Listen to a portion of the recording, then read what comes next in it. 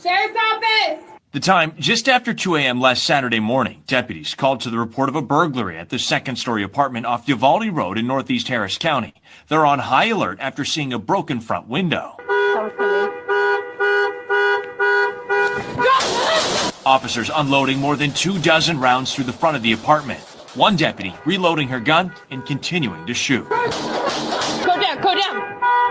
Go down! A woman on the other side of the wall, identified as Eboni Pouncey, shot several times. Charles Club, we need people, shot fired! Deputies only then finding Eboni is supposed to be here. Her friend rents this place. They broke their own window to get in after forgetting their keys, the friend said in an interview on Friday. I told Eboni to break the window. That would have been the third time the window would have been broken since I stayed here. We were there for about 20 minutes.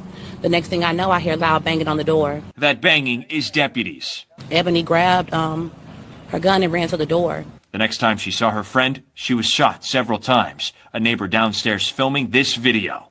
I live here, please don't shoot! This is my home! That same neighbor initially calling 911 to report a burglary after hearing his neighbor break her own window. The only crime that was committed that day was done by the police. It was unjust, it was inhumane, and it was not okay. The two deputies that you see in the video there, they are still on paid administrative leave, which is standard protocol for any officer-involved shooting. Now, the Harris County Sheriff's Office, they say they're still investigating this incident. Only when that investigation is done will we know if these deputies act as they were trained or if they will face any disciplinary action. Meanwhile, community activists, they say they want an independent investigation. I'm reporting in downtown Houston. Gage Golden, KPRC2 News. All right. Peace and blessings, all praises to the Most High. And of course, you already know that those deputies have not faced any disciplinary actions, nor neither were they indicted for almost killing our young sister, Eboni Pouncey. Now, this happened last year in February in Houston, and I'm going to let you hear from Miss Pouncey to discuss all of the injuries that she still suffers from. But I'm going to also play you another clip, which kind of details more in depth about the situation that happened. Deputies mistake a woman for a burglar inside her friend's home and shoot her 5 times. Shot fired. I'm traumatized. I'm heartbroken. I feel stripped of my identity. And only on 13, the woman on the other side of the deputy's guns opens up for the first time. Eboni Pouncey needs a boot and walker to get around. And the emotional scars run just as deep. A neighbor at the apartments in the Cloverleaf area called 911 to report a break-in on February 3rd. Responding deputies noticed a broken glass window. Body camera video shows deputies approach the unit. And they could be heard pounding on the door. Sheriff's Office! Then they say they saw a woman with a gun. That woman was Pouncey, and she tells ABC 13's Luke Jones in an exclusive interview what happened next. We got into the house. We were watching TV. It was a knock at the door at that time, and I got up and I grabbed my gun and I went to go greet who was ever at the door. Sheriff's Office! And so you hear a knock. Do you hear them say Sheriff's Office? No. So who do you think's at the door? I'm not sure. A lot of people are going to wonder why walk up to the door with a gun. Because the window was broken and I believed I was taking safety precaution at that time of night. And so I was just trying to do the right thing.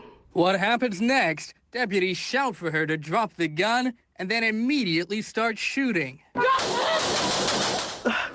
I didn't know what was going on. I didn't even realize that I was hit. I started seeing holes in the walls as I was standing there. And then I realized there was something coming through the apartment.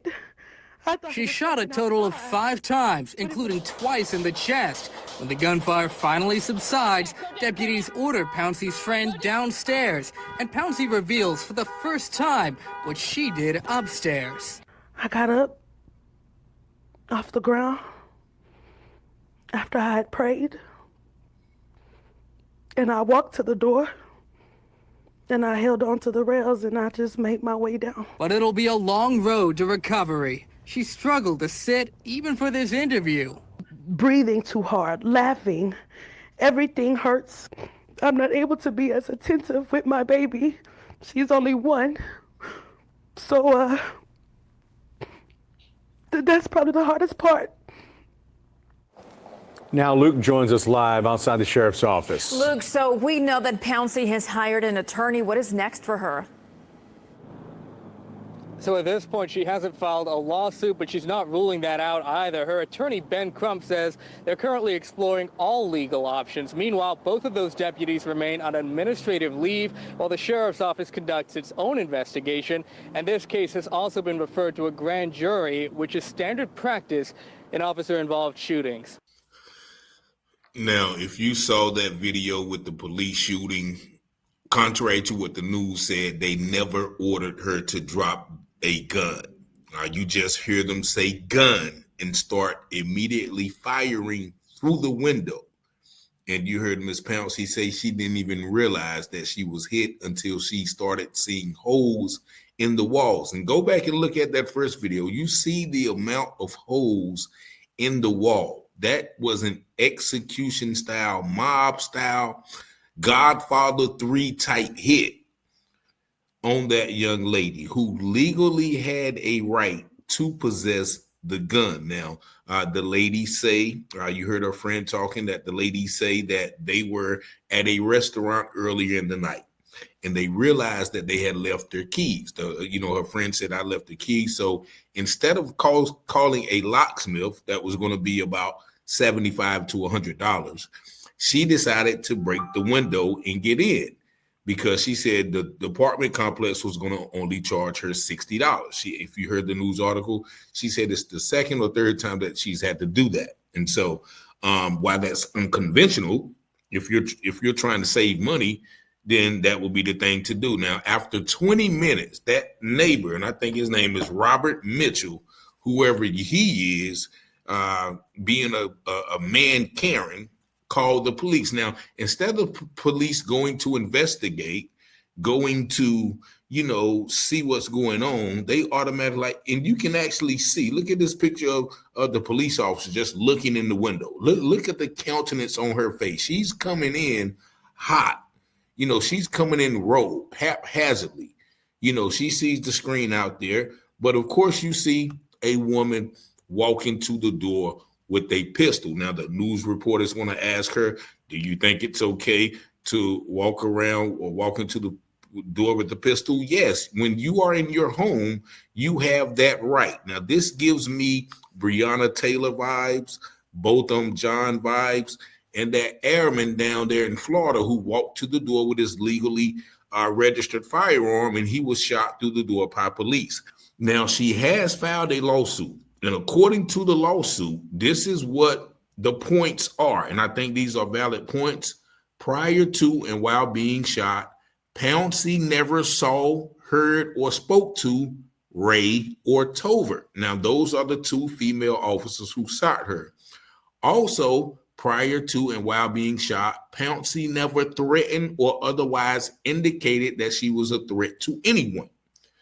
Prior to and while being shot, Pouncey never raised her handgun from its original position, which is the downward position, which people are supposed to carry, without being a threat. Prior to and while being shot, Pouncey never assumed a shooting stance.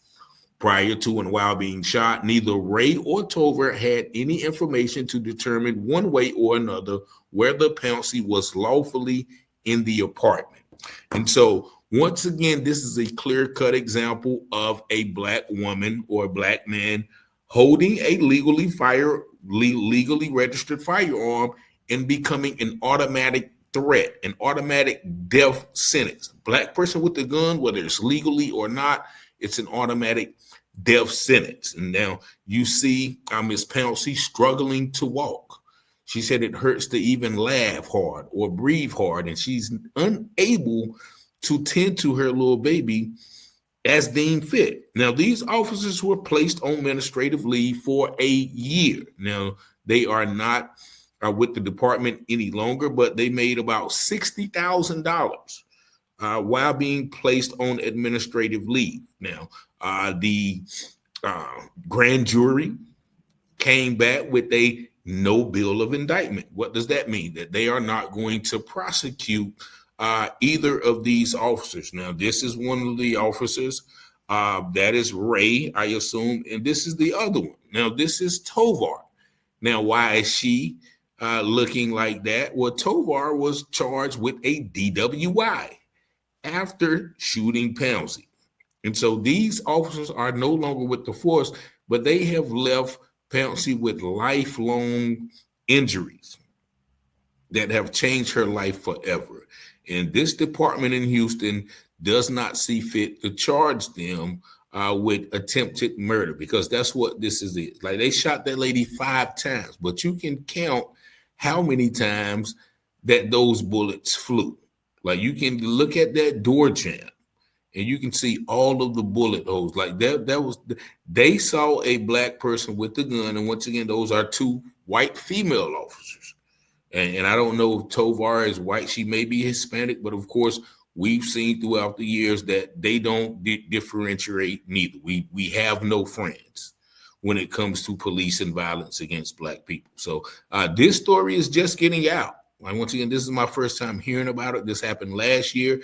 And the reason that it's coming to fruition now is because Miss Pouncey, and this is her right now, still recovering from her injury. She has just recently filed that lawsuit against, I guess, the Houston Police Department and all of the like. But, you know, to question her right, her Second Amendment right to carry a gun, once again, she has every right to be there.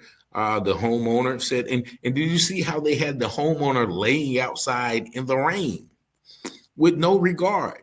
And they had Miss Pouncey just walking downstairs like they don't call. And that's how cowardly they are. They let off all them shots and then they're going to retreat. You know, if that was the case, then why not retreat when you see the person coming to the door with the gun? As they mentioned, they did not know who was banging on the door. If somebody banging on my door like that and I had a license to carry, best believe I'm coming to the door. You know, I might be coming with the gun pointed. You know, at the you know, like Malcolm looking out the window. You know, but so to question that in a state of Texas where 36% of the people open carry or, you know, legally carry. So she had every right to come to the door. And so if they were that scared after, like they were after they were shooting, why didn't they just retreat when they saw her with the gun, get into a safe distance and say, hey, we're police. We're just checking on a break-in. We had a call. And that way the lady can say, no, just like the homeowner yelled out, please don't shoot me. This is my home. They could have gave her a chance to do that. Okay, well, she's got a gun. Okay, let's not escalate. Let's not alarm the situation. Let's back up. Let's get into a safe distance. Let's take cover and say, hey, we're police. We are just checking to see if it's a break-in. Is everything okay? Could you please put the gun down? No, they saw an opportunity to execute somebody as they are trained. As the news reporter said, well, we're going to see if they operated in line with their training. Yes, this is what they are trained to do. They are trained to shoot first and ask questions later. In the theme of getting home to your family, right? So once again, this is just another disgusting display of outright attempted murder by black people by police. And so until, once again, this is resolved, this is somehow, vindicated, then I'm not going to feel any remorse for each officer who somehow gets executed the same way. I'm just going to be honest, man, because these stories are getting more and more outrageous. They are getting more belligerent. They are getting more deliberate. They are getting more wanton, and they are getting more heartless. Like, they shot that lady with no heart, with no regard for her life. Once again, she has a baby that now she's not able to enjoy life with, ride the swings with, pull her on the side of the bike, ride those 2-person bikes like you're riding on the beach, go to the beach, swim. And a lot of the stuff that we take for granted, all because these officers wanted to just come in guns a-blazing. Somebody justify their actions in the comment. I know there are going to be a few of you. Somebody justify it. She has every right to walk to the door with a legally owned firearm, non-threatening, pointing at the ground. These officers are trained. They're supposed to be trained to react to a threat. She was not a threat. She was someone who had every right to be at the location. So y'all let me know what y'all think about this in the comments. Y'all see the number. Again, 919-587-7782. Thank y'all for watching, liking, sharing, and subscribing, commenting on the videos, as well as sending all of the stories, emails, texts, calls, and most of all the donations. Thank you very much. I appreciate y'all for watching the channel. And as always, peace and blessings.